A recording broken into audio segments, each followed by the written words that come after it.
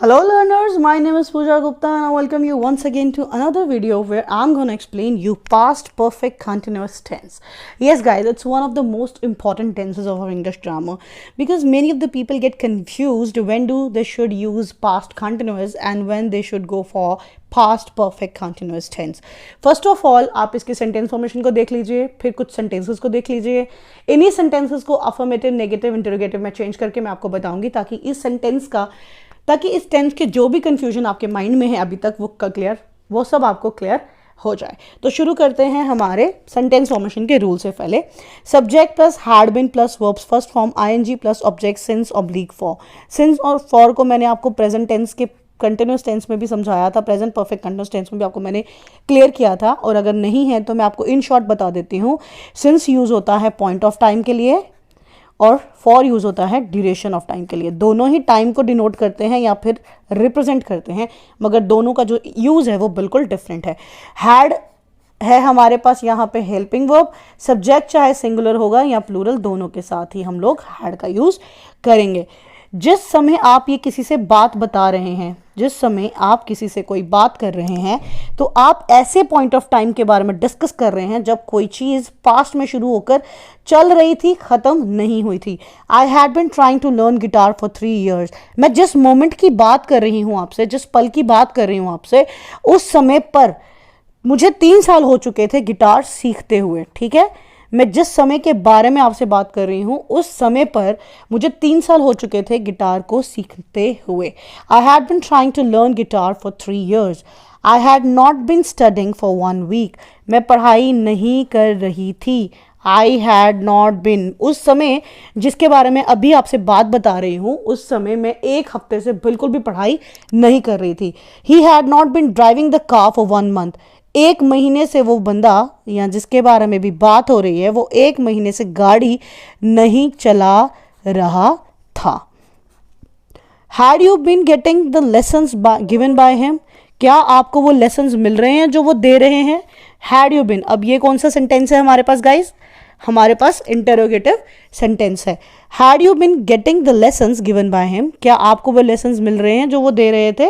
We had not been talking to them for many years. We had not been, ये past की बात हो रही है कि उस समय हम उनसे काफ़ी सालों से बात नहीं कर रहे थे.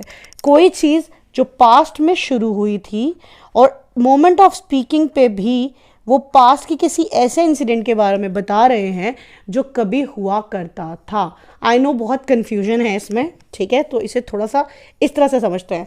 आज 2020 चल रहा है, ठीक है, पर अगर मैं आपसे ये बताऊं कि मैं 2012 में क्या कर रही थी, ठीक है, और अभी बता रही हूं, तो मैं बोलूंगी इस तरह से दैट आई हैड